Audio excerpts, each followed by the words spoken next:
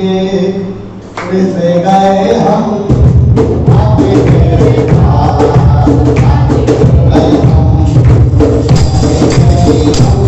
तो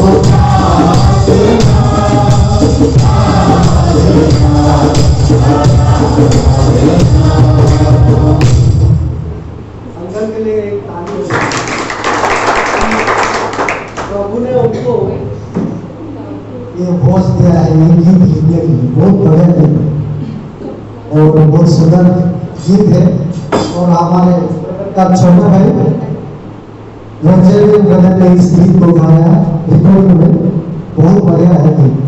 तो ठीक है, प्रभु को हम धन्यवाद देंगे, अध्यक्ष की प्रार्थना में याद रखेंगे ताकि अंकल और गीत लिखे और प्रभु की महिमा के लिए वो गीत गाएं, ताकि आप लोग हमारे लिए सबके लिए इस तरह गीत सबके पास पहुंचे। ठीक है, तो आइए हम प्रार्थना के साथ इस सभा को शुरू करेंगे। मैं अनुरोध करेंगे ब्रदर विनोदन को आएंगे प्रार्थना के साथ और इस प्रभु के दास को समर्पण करेंगे प्रभु के हाथों में, फिर हम प्रभु पहुंचेंगे। आइए प्रार्थना करेंगे। हे मेरे पिता, धन्यवाद करते हैं इस महान अवसर के लिए, आपने हम सबको एक बार फिर एक नया दिन देखने को दिया, इसका धन्यवाद करते हैं। सुबह से लेकर अभी तक आप हमारे साथ थे, इसका धन्यवाद करते हैं। हमारे दिन भर के जरूरतों से हमें चुप किए, इसका धन्यवाद करते हैं पिता। हाँ पिता, इस यूथ मीटिंग के लिए हम धन्यवाद करते हैं पिता। बहुत दिनों से हम प्रार्थना कर रहे थे और आज हम लोग अंतिम दिन तक पहुँचे हैं, इसलिए हम धन्यवाद करते हैं पिता। शुरू से लेकर अंत तक आप हमारे साथ थे, इसलिए हम धन्यवाद करते हैं। हाँ पिता, इस वक्त हम लोग आखिरी सेशन के लिए हम प्रार्थना करते हैं पिता। वक्ता को हम आपके हाथों में सौंपते हैं पिता, बच्चों को भी हम आपके हाथों में सौंपते हैं। सब लोग ध्यान से बच्चों को सुनकर उसे स्वीकार करें, ग्रहण करें और आपकी राह पर चलने के लिए वे अपने आप को समर्पित कर, इसमें हम प्रार्थना करते हैं पिता। शैतान को इस मंडली से दूर रखें पिता, इस मंडली के सरों पर आपके पवित्र दूतों का पहराव हो, हम प्रार्थना करते हैं पिता। इस वक्त हमारे साथ जुड़े हुए सब भाई और बहनों जो इस कार्य को यूथ प्रोग्राम को सक्सेस करने के लिए परिश्रम कर रहे हैं, उनके लिए हम धन्यवाद करते हैं, प्रार्थना करते हैं आप बहुत से आशीष करें पिता, प्रार्थना करते हैं पिता। आप पिता, इस वक्त हम लोग हमारे बीच में उपस्थित रविंद्र को अपने हाथ में सौंपते हैं पिता। आप पिता, आपने उन्हें मनोनीत किया है बच्चों को वचन सुनाने के लिए धन्यवाद करते हुए उनको आपके हाथ में सौंपते हुए बच्चों को आपके हाथ में सौंपते हुए इस छोटी सी बात का धन्यवाद भविष्य में मानते हैं। आमीन। फाइनल सेशन है और उन बातों को आपके सामने फिर से एक बार रिपीट करना चाहूँगा ताकि वो फिर से आपके याद में आ जाए और उसके बाद प्रार्थना के साथ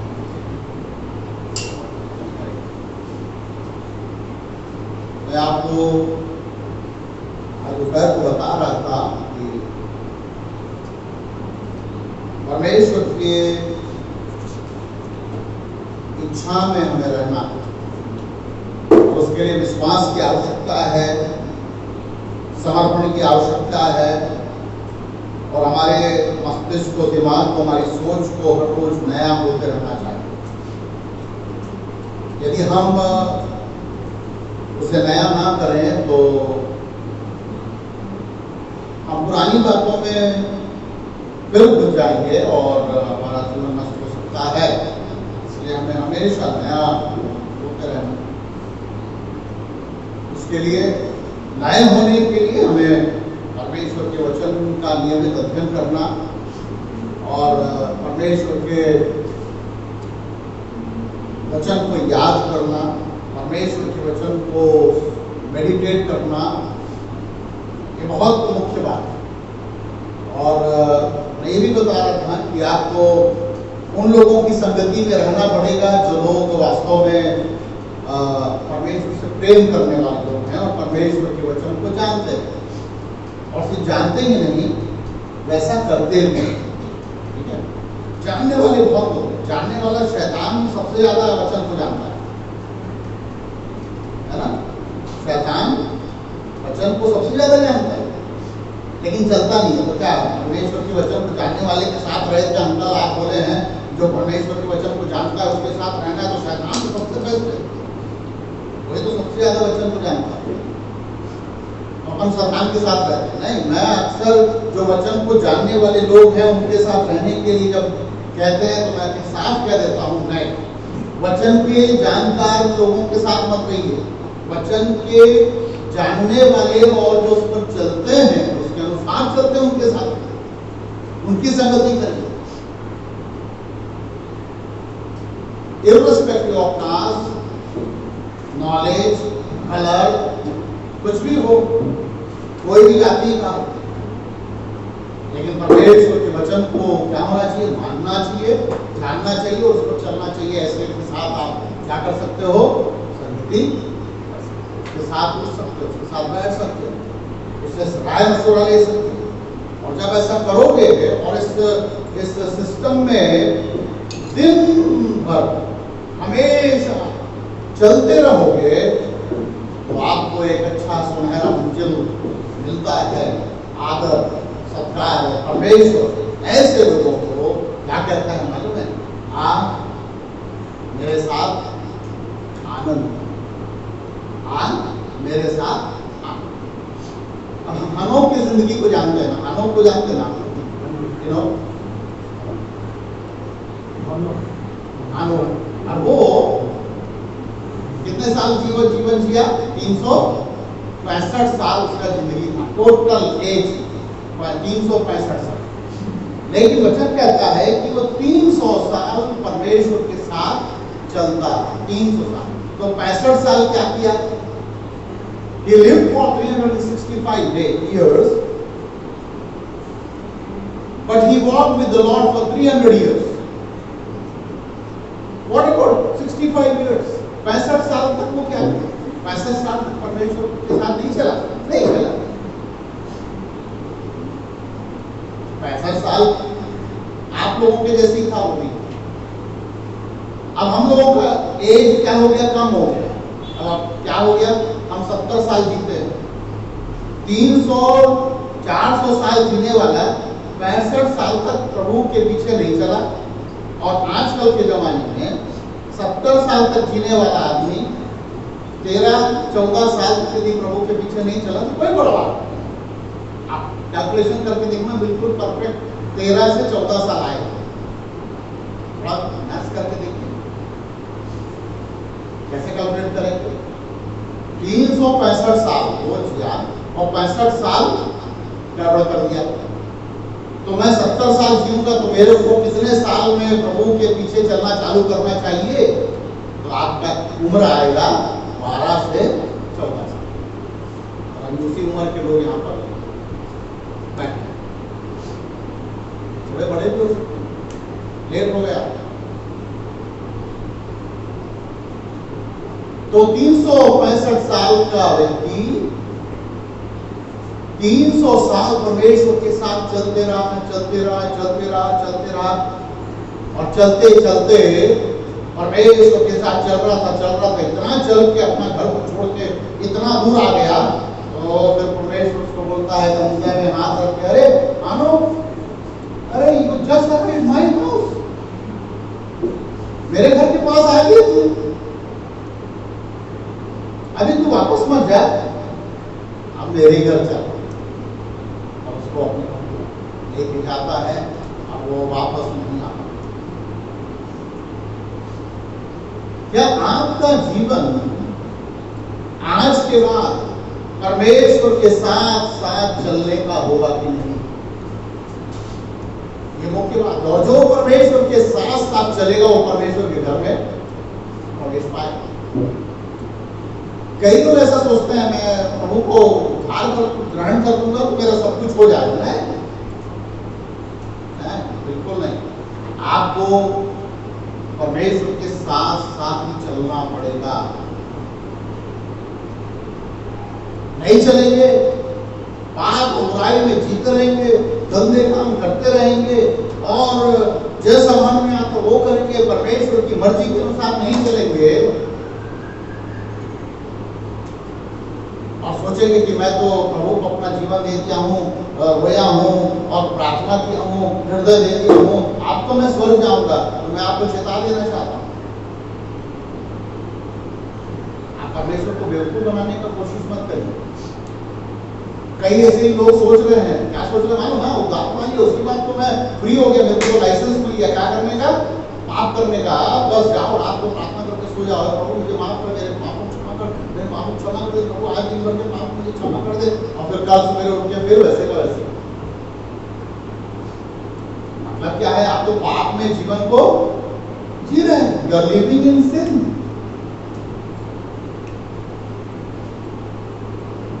चाहते हैं कि परमेश्वर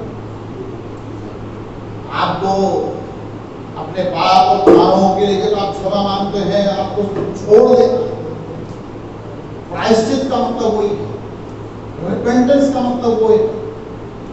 वो दो फेज में, एक पहलू इस साइड है और एक पहलू इस साइड है। जैसे कॉइन का दो पहलू है, वैसे ही आपका रिपेंटेंस का दो पहलू है, प्रायश्चित का दो पहलू है। एक तो अपने आप को ये मानना कि मैंने गलती किया है और उसके लिए कहे परमेश्वर को सॉरी, ये एक साइड है, सॉरी बोलना एक साइड है। लेकिन दूसरा साइड क्या है? परमेश्वर को ये भी बोलना, परमेश्वर आपसे जो गलतियां मैंने किया है उसको मैं कभी दोहराऊंगा, I will never do it again।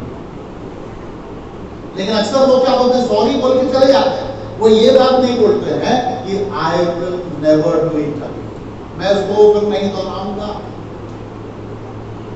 ये बोल के निकल रहा है आप कि मैं क्षमा मांगता हूं, I'm sorry, I'm guilty, मुझे माफ कर।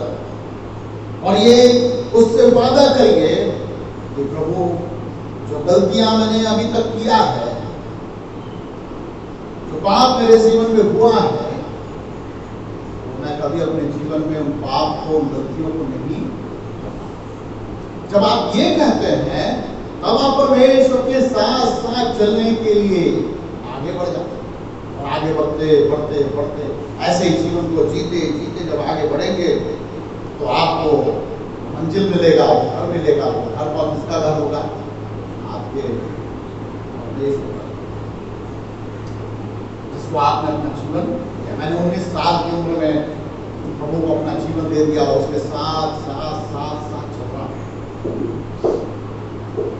वो समय आएगा जब मेरे को प्रभु कहेगा चलो मेरे घर चलो, मेरे साथ रहो अनंतता के लिए, हमेशा के लिए, और मैं उसके घर में प्रवेश करूं।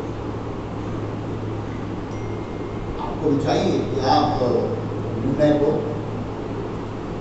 अब जब हम निर्णय लेते हैं, ये निर्णय लेते हैं कि हाँ मैं प्रभु के पीछे चलने के लिए तैयार हूँ, मैं अपने पापों की क्षमा मांगने के लिए तैयार हूँ, मैं अपने परमेश्वर से वादा करता हूँ कि मैं पाप नहीं करूंगा, मेरी पूरी कोशिश रहेगी कि मैं परमेश्वर के वचन को सीखूंगा, मेरी पूरी कोशिश रहेगी कि मैं परमेश्वर के वचन को मानूंगा, मेरी पूरी कोशिश रहेगी कि मैं परमेश्वर की आराधना, स्तुति, प्रशंसा अपने तन मन धन से करूंगा।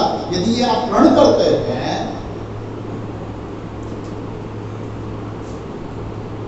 तो आपको दुनिया में देखने वाले लोग हैं,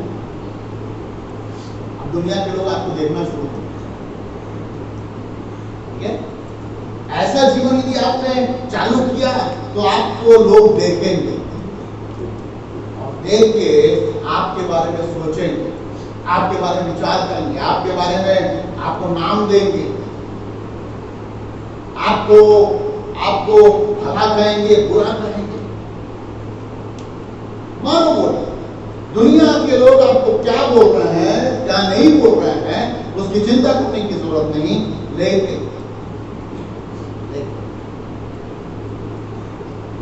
जब आप प्रभु यीशु मसीह पर विश्वास करते हैं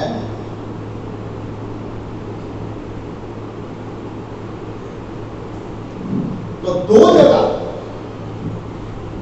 जगह आपकी आइडेंटिटी बैच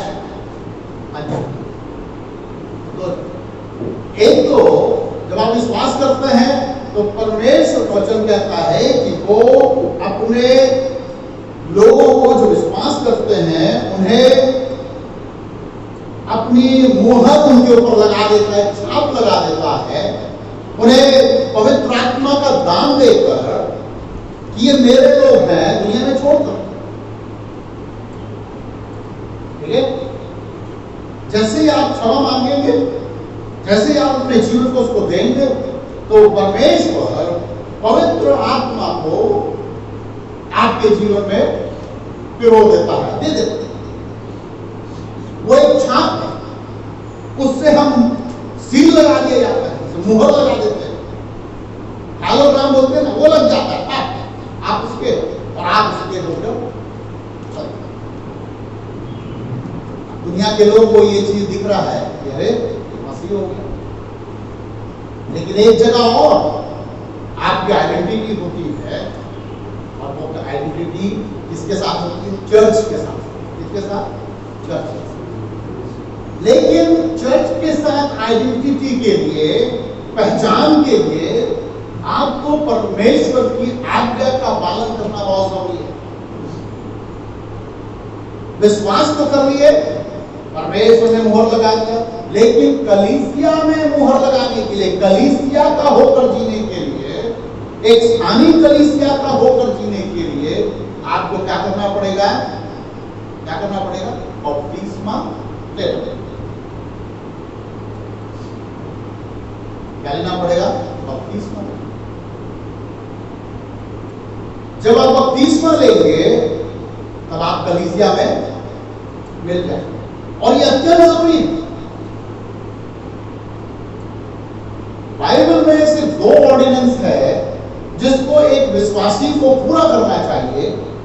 एक नए नवाइस विश्वासी को, नए जन्माए हुए बच्चे को जो विश्वास में आता है, उसे 2 काम करना जरूरी है। आज्ञा पालना, क्या? एक तो इस संसार में वो मसीह होकर जी रहा है, वो छाप लग गया है, ये एक साइड है, और दूसरा साइड है कि वो बपतिस्मा ले और कलीसिया में मिल जाए। जब वो कलीसिया में बपतिस्मा लेके मिल जाएगा तो उसका दूसरा फेज चालू होगा कि वो हर संडे प्रभु की मेज में क्या होना चालू करेगा? सम्मिलित होना चालू करेगा, प्रभु की मेज में भागीदार। वो किसी चर्च का मेज नहीं है, इस मेज का जिसमें प्रभु की मेज में रोटी और दाखरस होते हैं, उसका अधिकारी मैं नहीं हूं, उसका अधिकारी तो इस कलीसिया के कोई लोग नहीं। कई जगह ऐसे देखने को मिलता है कि उस मेज का अधिकारी वो कलीसिया का सेवक है या एल्डर है, वो लोग उसमें हक जताते हैं। मेरे को समझ में नहीं आता क्यों हक जताते हैं। आपका क्या हक है? तो प्रभु की मेज है। This is God's table, it is not your table. ये चर्च का टेबल नहीं है, ये प्रभु का टेबल है, प्रभु की मेज है। और इस प्रभु की मेज में कौन सम्मिलित होगा? जो उद्धार पाया हुआ व्यक्ति है, प्रभु की आज्ञा को माना है, किसमें? डूब के बपतिस्मे में, वो इस मेज में सम्मिलित होने का, सहभागी होने का अधिकार रखता है। तो जब आप प्रभु यीशु मसीह पर विश्वास करेंगे, उसकी आज्ञा का पालन करेंगे, बपतिस्मा के लिए जाएंगे, पानी में डूबकर बपतिस्मा लेंगे, बाहर आएंगे, तो आपका स्टेप ये होगा कि आप कलीसिया के एक मेंबर के जैसे कलीसिया आपको अंगीकार करेगा। As a member in the local church आपको क्या करेंगे? स्वागत करेंगे। They will receive you in the church to take part in God's table. और ये बहुत जरूरी है। और जब हम ऐसे करते हैं तो हम इस बात का प्रचार करते हैं। देखिए, याद रखिए, मैं बता रहा हूं बाइबल से आपको कि जब आप ऐसा करते हैं तो आप इस बात का प्रचार करते हैं कि प्रभु यीशु मसीह मेरे लिए मरा। पहला कुरिन्थियों 11वां अध्याय 23 पढ़िए। पहला कुरिन्थियों 11वां अध्याय और 23 पद से आगे पढ़िए। For I received from the Lord that which I also delivered to you, that the Lord Jesus on the same night in which he was betrayed took bread, and when he had given thanks, he broke it and said, Take, eat, this is my body which is broken for you. Do this in the remembrance of me. In the same manner he also took the cup after the supper, saying, This cup is the new covenant in my blood. This do as often as you drink it in remembrance of me. For as often as you eat this bread and drink this cup, you proclaim the Lord's death till he comes. Okay. क्या लिखा? As you take part with the bread and wine. क्या है? कहाँ लिखा है कि आपके mind को प्रचार करो? इसे लिखते हैं क्या? जाओ जाकर प्रचार करो। प्रचार करो। यीशु मसीह प्रेम है, यीशु मसीह। उसकी जरूरत नहीं है। मैं आपको बता रहा हूं, उसका जरूरत नहीं है, कुछ जरूरत नहीं है। यदि बलेंडा है ना, क्या जगह है? बलेंडा के विश्वासी आप लोग इस पद्धति को पूरे ईमानदारी और निष्ठा के साथ जो प्रभु ने बताया है वैसे करेंगे। जब आप आराधना के लिए आएंगे, रोटी और दाखरस में से भाग लेके जब अपने घर की ओर जाएंगे, तो दुनिया के लोग आपको देखेंगे, अरे इनका चेहरा देखो, इनका आनंद देखो, इनकी खुशी देखो। तो उन लोग आपकी खुशी और आनंद और आपकी संतुष्टि को देख के क्या करेंगे? विश्वास करेंगे। You need not to preach, but your life will preach. लेकिन ऐसा हो रहा है। I challenge you, my dear brothers and sisters, मेरे प्यारे बच्चों, मैं आपको बताना चाहता हूँ, इस कलंदर के इस गली के लोगों के लिए आप एक मिसाल बनने के लिए जाते हैं। आपके पूर्वजों ने किया नहीं किया मेरे को उसको कुछ मालूम नहीं। मैं इतना जानता हूं कि कई लोग आराधना के लिए यहाँ पर आए हैं, इस कमरे में आराधना किए हैं, यहाँ पर गीत गाए हैं, लेकिन जब यहाँ से निकले हैं लटक के मुंह, लटका के मुंह, रोते और ऐसा करके गए हैं जैसे उनके जीवन में कोई श्राप मिल गया। जबकि कैसा जाना चाहिए उनको?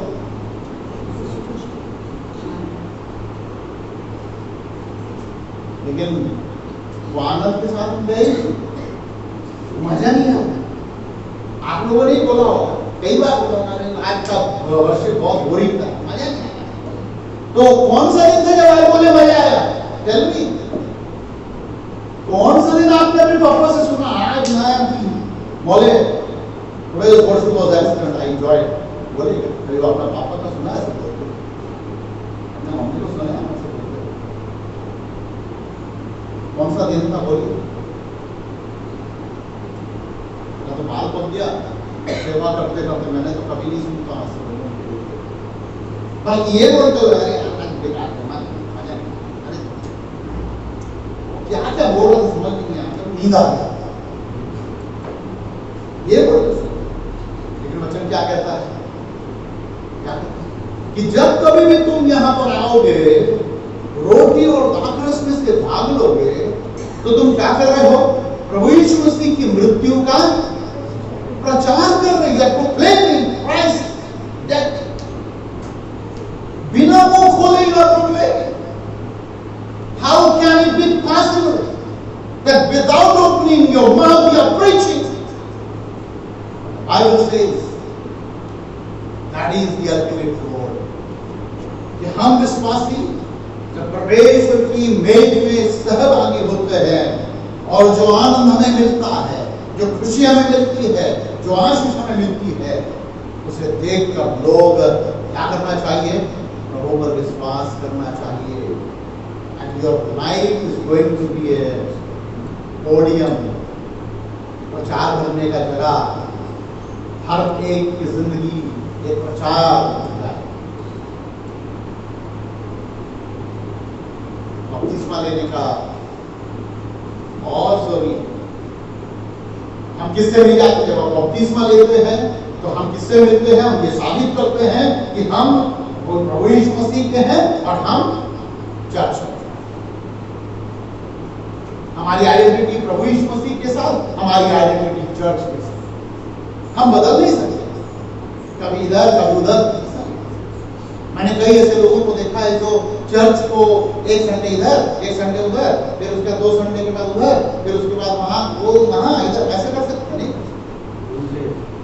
घूमता रहता है, घूमता इधर इधर इधर। हम लोगों को बहुत अपॉर्चुनिटी मिला, लाखों रुपया का। हमारे संस्था में काम करिए सर। एक अंग्रेज हमारे घर आया, मेरे पास रायगढ़ में आया और बोला कि बैप्टिस्ट मिशन का, बोला कि सर आप हमारे साथ काम करिए और हम आपको अच्छा सैलरी देंगे, आपके लिए चर्च बिल्डिंग बना देंगे और आपके बच्चे लोगों को 12वीं क्लास तक हम यहाँ पढ़ाने का पैसा देंगे। और फिर यदि बच्चे लोग अच्छा पढ़ना चाहें और पढ़ाई में अच्छे रहेंगे तो हम US में भेजने की मैं तैयारी करूँगा। और अगर ये भी बोले कि जो कार यहाँ पर है, अभी जो भी कार वर्तमान में, जो भी कार यदि आप लेना चाहेंगे उसकी भी व्यवस्था मैं कुछ समय में आपके लिए कर दूंगा। आप हमारे संस्था में काम करिए। तो मैं थोड़ा देर के बाद उसको चाय पी रहा था, तो मैं चाय पीने तक उसको वेट किया। उसके बाद स्टैंड अप, मेरे को नहीं चाहिए, मेरे को कुछ नहीं चाहिए, ना मेरे को तेरा कार चाहिए, ना मेरे को तेरा चर्च बिल्डिंग चाहिए, ना मेरे को मेरे बच्चों को बाहर भेजना है, ना मेरे को पैसा चाहिए। मैं प्रभु के साथ आऊंगी। वो क्या सोच रहा था मालूम? ये बेचारा पास्टर, मैं उस पर टुकड़े में पढ़ूंगा, मैंने इसको ठुकरा दिया तो इसकी जिंदगी खराब हो जाएगी, इसको क्या कार मिलेगा, ये क्या। मैं आपको बता देना चाहता हूँ, वो उसको जैसे ठोकर मारा, परमेश्वर ने मेरे को गाड़ी दे दिया, चर्च बिल्डिंग दे दिया, घर दे दिया, सेवा दे दिया, देश विदेश में घुमाने लग गया और बड़ा लोगों का समूह दे दिया जो मेरे लिए क्या करते हैं? प्रार्थना करते हैं, मेरी मदद करते हैं। लालच दे, लेकिन हमें उस लालच में नहीं मारे। हमारी पहचान प्रभु यीशु मसीह के साथ और कलीसिया के साथ होनी चाहिए।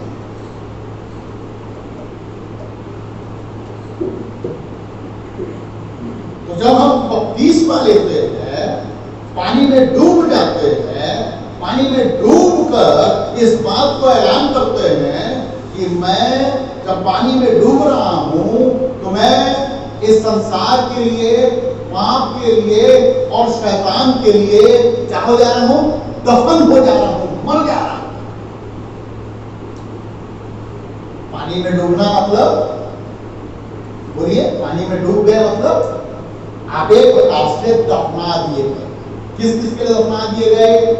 बोलिए, पाप के लिए, शैतान के लिए और संसार के लिए और संसार की अभिलाषाओं के लिए। You are no more alive, you are dead. आप मर गए।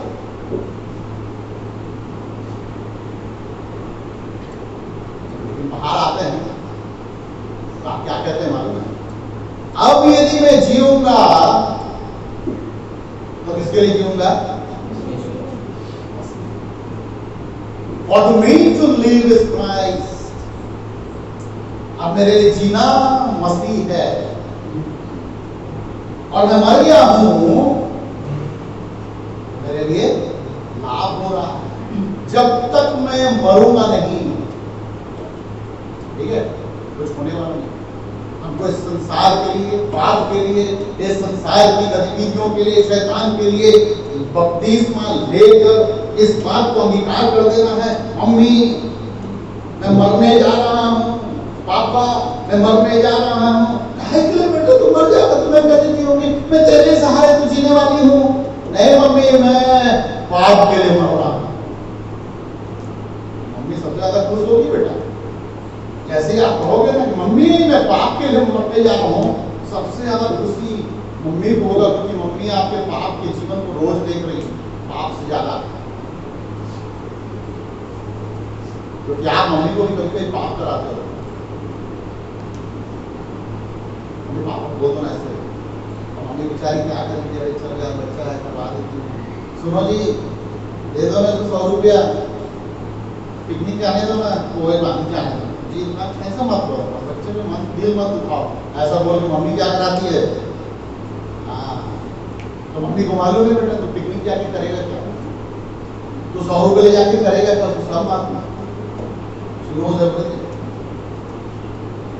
तो जब आप कहते हो मम्मी मैं मरने जा रहा हूँ, मैं बपतिस्मा लेने जा रहा हूँ, मालूम है सबसे ज्यादा खुशी किसको होता है? सबसे ज्यादा खुशी मेरा बड़ा बेटा जब बैप्टिज्म लेने के लिए गया तो मेरी पत्नी अंदर में रो रही थी। उसके बाद उसके आंख से आंसू निकले और बपतिस्मा देने वाले हम ही लोग। तो कोई आके मेरे को बताया, अंकल आंटी रो रही है, रोने दो, कुछ नहीं बता। अरे उसको खुशी के आंसू क्यों रो रही थी? क्योंकि वो जान रही थी कि मेरा बेटा पाप के लिए, शैतान के लिए, संसारिक अभिलाषा के लिए मर रहा है और उसके आंखों से खुशी के आंसू गिर रहे। क्या तैयार है अपने माँ के आंखों में खुशी के आंसू देने के लिए तैयार है कि आप अपने माँ को, अपने बाप को दुख के आंसू ही परोसते जाएंगे, निकालते जाएंगे। कम से कम दुनिया में एक बार तो कम से कम अपने माँ बाप को खुशी के आंसू रुला दीजिए। और वो कौन सा दिन होता है? जब एक बच्चा, एक व्यक्ति ये कहकर पानी के उस हौद में उतर जाता है कि मैं आपके लिए, शैतान के लिए, संसार की अभिलाषाओं के लिए, संसार की गतिविधियों के लिए, जो मुझे परमेश्वर के प्रेम से दूर करती है, उसके लिए मरने के लिए मैं दफन हो जाता हूं। मैं बाहर आता हूं, किसके लिए जीऊंगा? किसके लिए?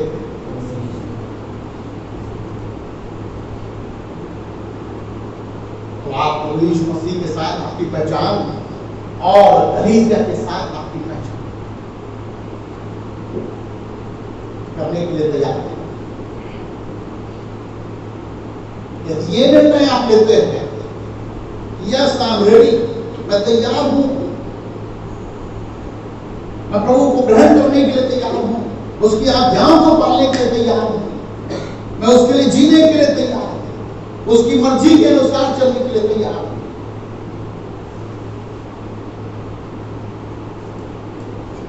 तो याद रखिए, इस संसार में आपके लिए ताली बजाने वाला कोई भी नहीं है। नोबडी, कोई भी आपके लिए ताली नहीं बजाएगा। लेकिन जैसे ही आप ये फैसला करते हैं ना,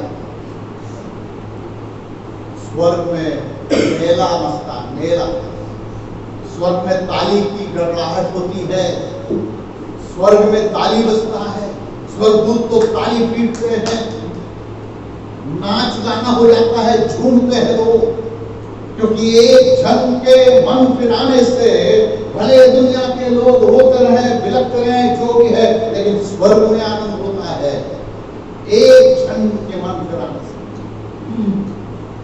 भले यहाँ पर कोई ताली बजाने वाला आपका ना हो, लेकिन स्वर्ग में ताली बजाने वाले लोगों का भीड़ और लोग निकल जाते हैं,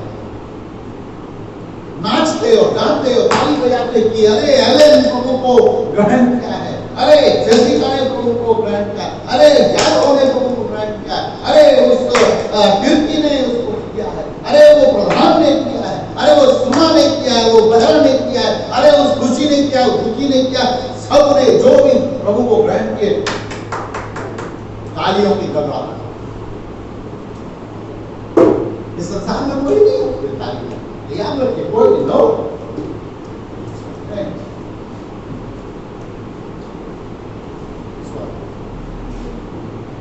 आपको चाहिए या अपनी पहचान मसीह के साथ बनाए, कलीसिया के साथ। और इस जवानी के समय में remember now the great the day of, यदि आप इस सृष्टिकर्ता परमेश्वर को अपना जीवन दे देते हैं, तो जिसने सृष्टि को बनाया है, जिसने दूतों को बनाया है, वो आपके लिए स्वर्ग में इंतजार करता है। तुम्हारा ये निर्णय वहां पर आनंद का माहौल क्रिएट करता है, खुशी से झूम जाते हैं। मेरे प्यारे बच्चों, मैं आपसे यही पूछना चाहता हूं,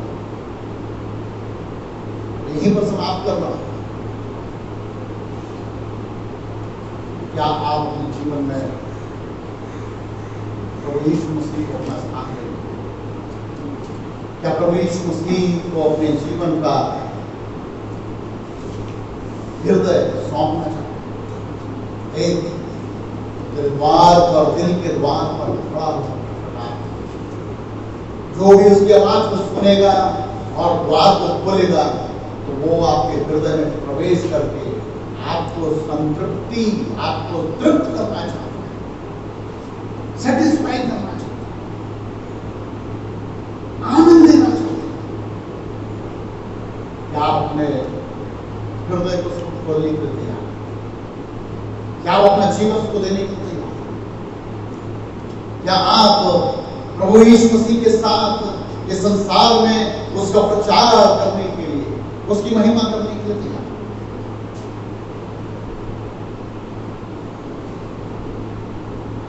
क्रिएटर गॉड आपसे बेतहाशा प्यार करता है, आपसे मोहब्बत करता है, आपके लिए इंतजाम करता है।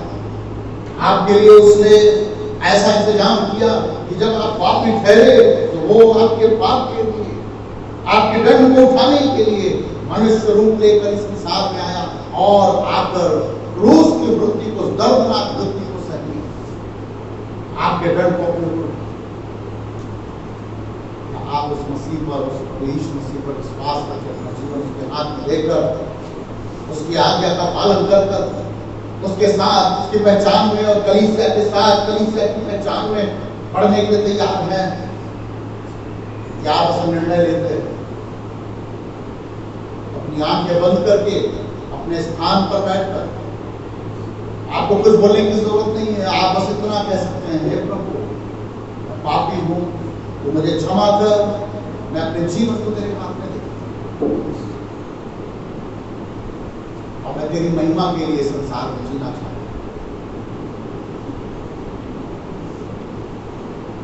आइए, यदि कोई भी ऐसा है जो इस प्रार्थना करके अपने जीवन को प्रभु के हाथ में समर्पित करना चाहता है, तो अपनी आंखों को बंद करें, अपनी आंखों को बंद करें, मुझे ना देख के अपनी आंखों को बंद करें।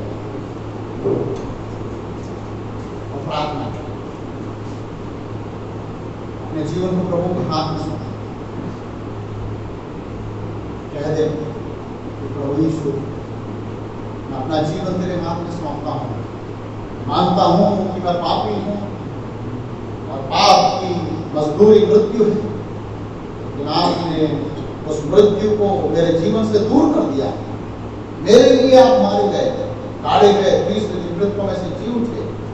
मैं विश्वास करता, मैं विश्वास करता हूँ कि आप परमेश्वर, मैं विश्वास करता हूँ कि आप मनुष्य के पुत्र, मैं विश्वास करता हूँ कि परमेश्वर के पुत्र, मैं विश्वास करता हूँ कि आप मेरे लिए इस संसार में मानव रूप लेकर, मैं विश्वास करता हूँ कि आप सर्वसिद्ध पवित्र परमेश्वर हैं। अपने मुंह से अंगीकार करता हूँ कि तो राजाओं का राजा, प्रभुओं का प्रभु है, मुझे क्षमा देने वाला परमेश्वर। मैं अपना जीवन तेरे हाथ में सौंपता हूं, इस जीवन को ले ले और मैं तेरी पहचान में बढ़ना चाहता हूं, मैं आपका नाम रोशन करना चाहता हूं, कलीसिया में आपकी आज्ञा का पालन करके, कलीसिया में, कलीसिया के लोगों के, कलीसिया के विश्वासियों के लिए, कलीसिया के भाई बहनों के उत्तेजना का कारण बनना चाहता हूं। मैं अपना सब कुछ तेरे हाथ में सौंपता हूं, अपना हृदय तेरे लिए खोल देता हूं। हे प्रभु यीशु, मेरे दिल में आ जा, मुझे अपना बना ले, मैं तेरा संतान होकर जीना चाहता हूं।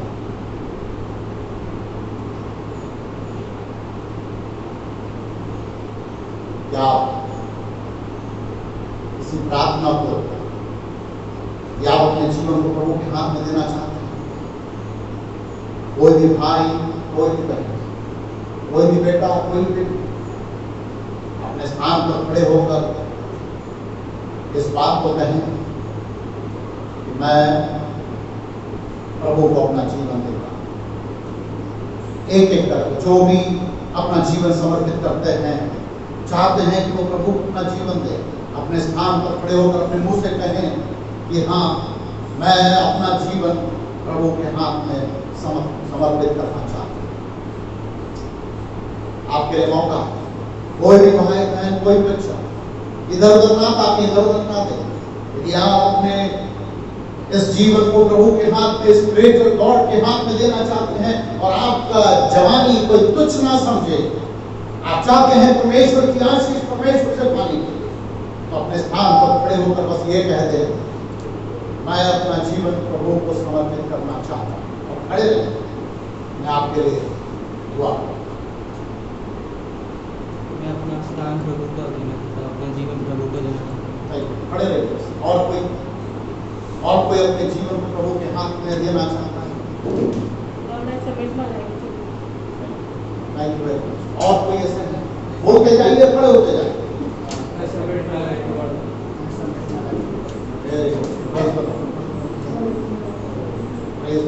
और कोई ऐसे हैं? मैं आपके लिए प्रार्थना करना चाहूँगा। धन्यवाद, धन्यवाद। और कोई? इधर उधर ना देखिए, आपको इधर उधर देखने का कोई मतलब नहीं है, ये आपसे वास्ता रखता है, ये आप कह रहे हैं, आप अपनी गवाही दे रहे हैं। तू यदि अपने मुंह से अंगीकार करे कि प्रभु यीशु मसीह मेरे लिए मारा गया, गाड़ा गया, तीसरे दिन जी उठा, और मन में विश्वास करता है तो तू उद्धार पाएगा, इसलिए आपको कहना है, आपको इधर उधर नहीं देखना। यदि आप अपने मुंह से कहेंगे आई सबमिट, आई सरेंडर, वो आपके जीवन को आशीष से करने के लिए तैयार है, वो आपको अपना बेटा बनाने के लिए तैयार है, आपको अपनी बेटी बनाने के लिए तैयार है। आइए हम लोग प्रार्थना करेंगे।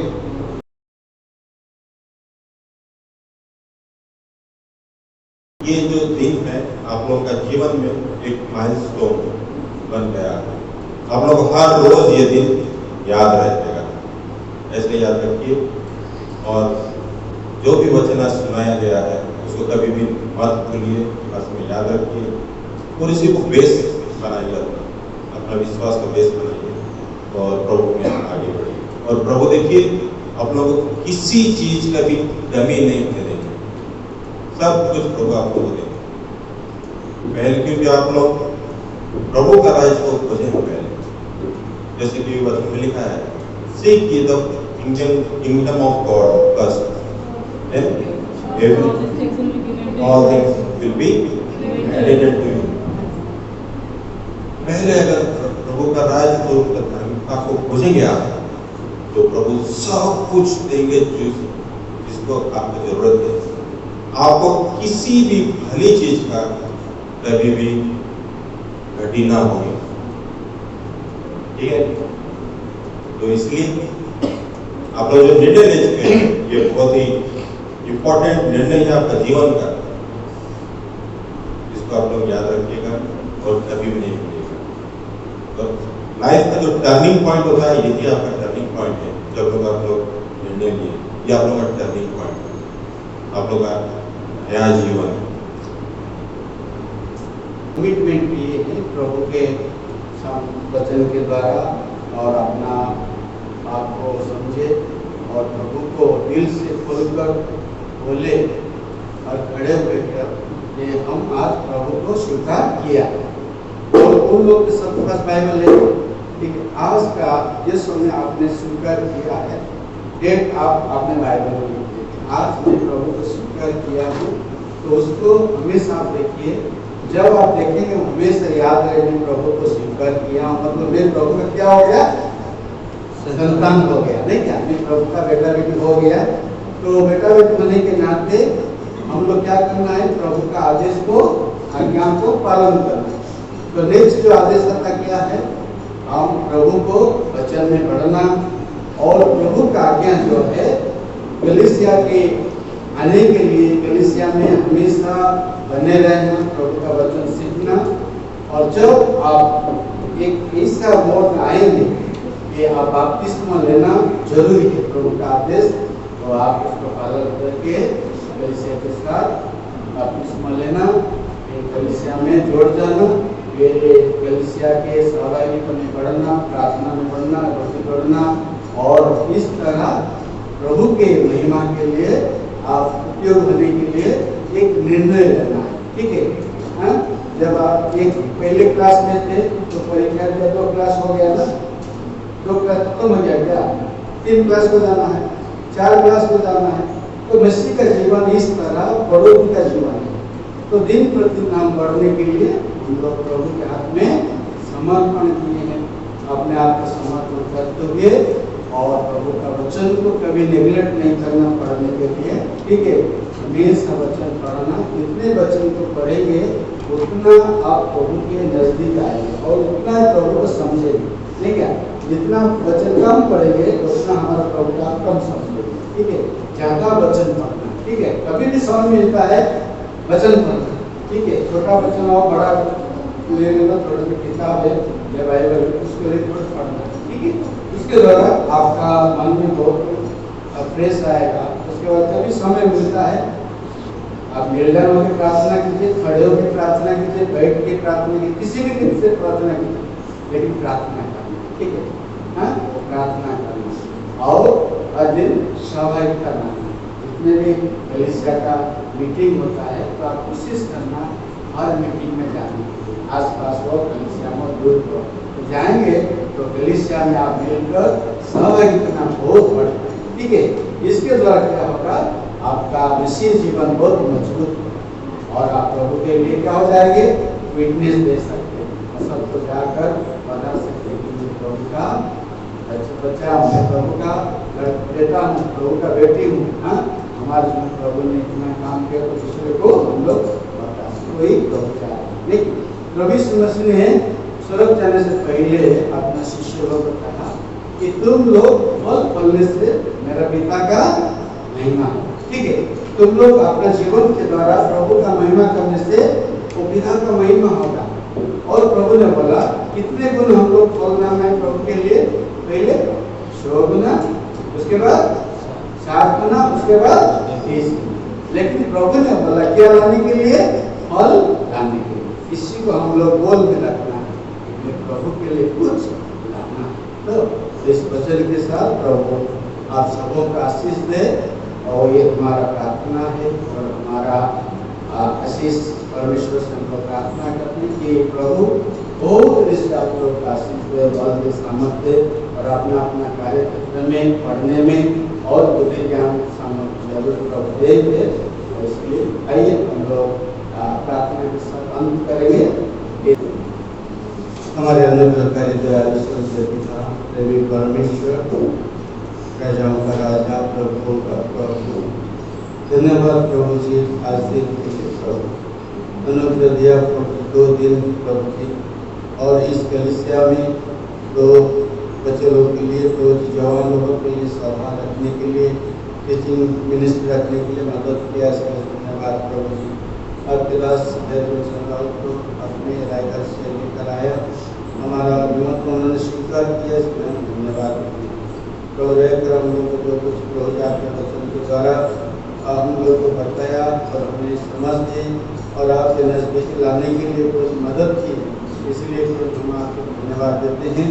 जो वचन आज बच्चे लोग सुने हैं, जरूर प्रभु उसके मन में कई सारे प्रभु जी निर्णय उन्होंने ली, उनको प्रभु आशीष से आज जो बच्चे लोग कमिटमेंट किए हैं अपने आप को आपके पास प्रभु जी, उन बच्चे लोग हम लोग प्रार्थना करते हैं और वो आपके नजदीक में रहकर आपके वचन में बढ़ने के लिए, प्रार्थना में, सहायता में, आपके प्रभु जी सेवा में बढ़ने के लिए, प्रभु गवाही देने में बढ़ने के लिए प्रभु प्रभु उनकी पढ़ाई में प्रभु आशीष दे। और जो प्रभु जी 10th क्लास के, जो 12th क्लास में है और लोग फर्दर स्टडीज के लिए हम लोग प्रार्थना करते हैं, और जो नॉर्मल क्लास में प्रमोशन होते हैं, नया क्लास में लोग के लिए प्रार्थना करते हैं प्रभु को आशीष दे।